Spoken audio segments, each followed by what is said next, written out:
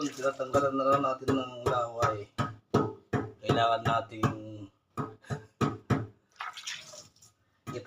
itaktak mo. Yan, tanggalin muna natin yung mga laway-laway daw. Hindi ko alam kung anong masunod.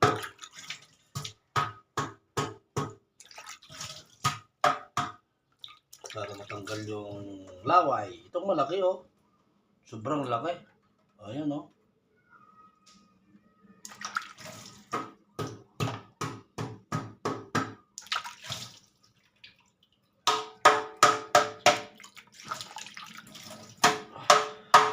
Ang ginagawa ko sa tilapia guys, yung katawan niya,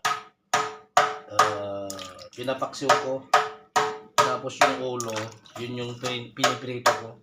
Hindi ko kasi hindi ko talaga akong kumakain ng ulo pag mga paksiw. Dapat piniprito ko. Kahit anong klaseng isda. Basta prito yung ulo. Ayan, ang daming laway.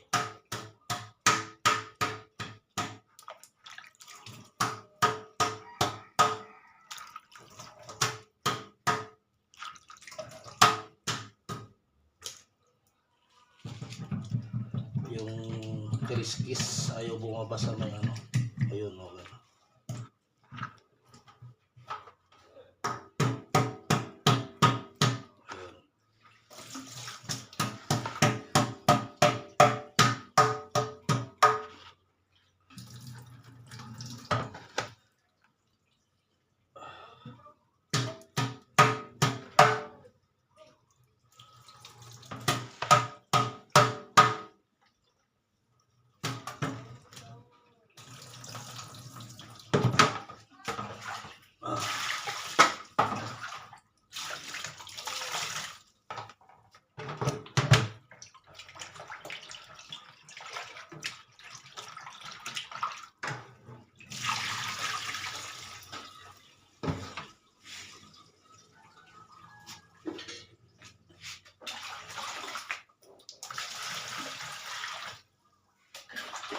Ilalagay ko lang dito ng